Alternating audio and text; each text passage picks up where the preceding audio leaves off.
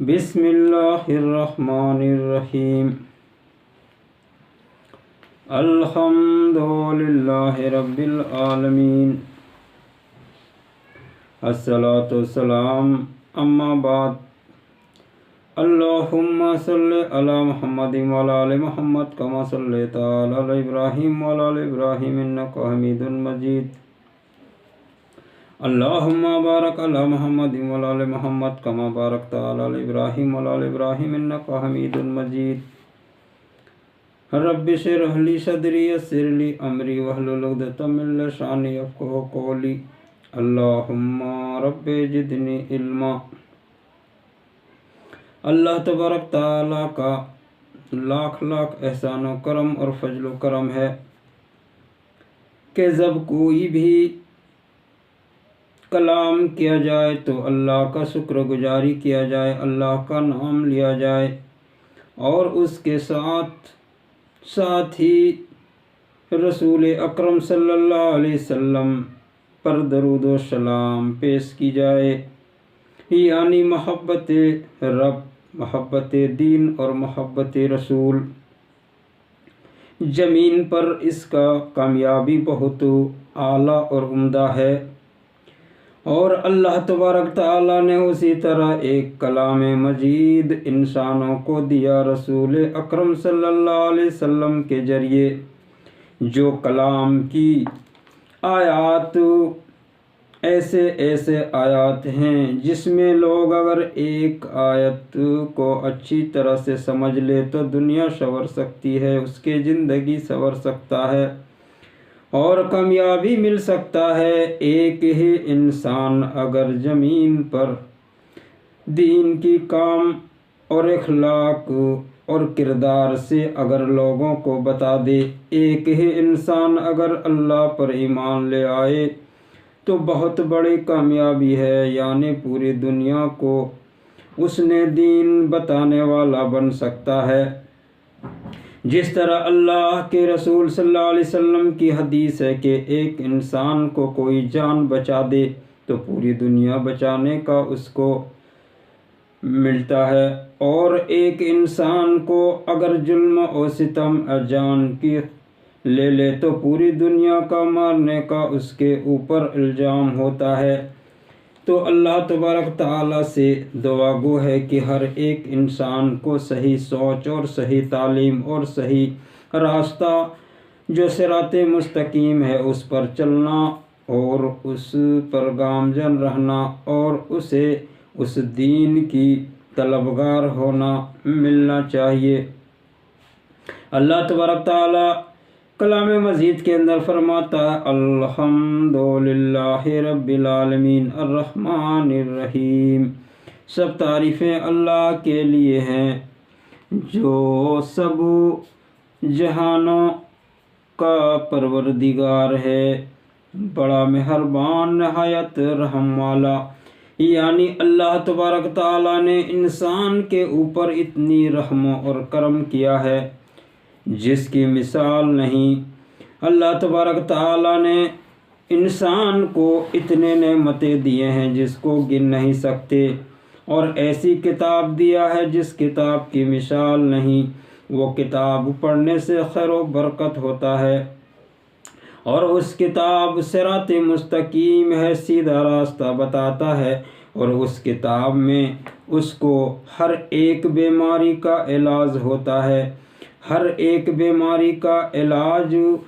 ہوتا ہے اور شفا بھی ہے، لیکن یقین ہونا چاہیے اور اس رب پر ایمان رکھنا ہوگا۔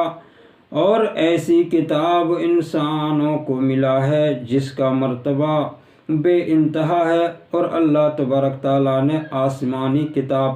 جبرائیل امین کے ذریعے اتارا، اور رسول اکرم صلی اللہ علیہ وسلم نے اس کتاب کو دے کر کے اس دنیا فانی سے چلے گئے۔ آج انسان اس کتاب سے دور کیوں ہونے کی سبب کیا ہے، اور اتنا دور ہو گئے کہ آج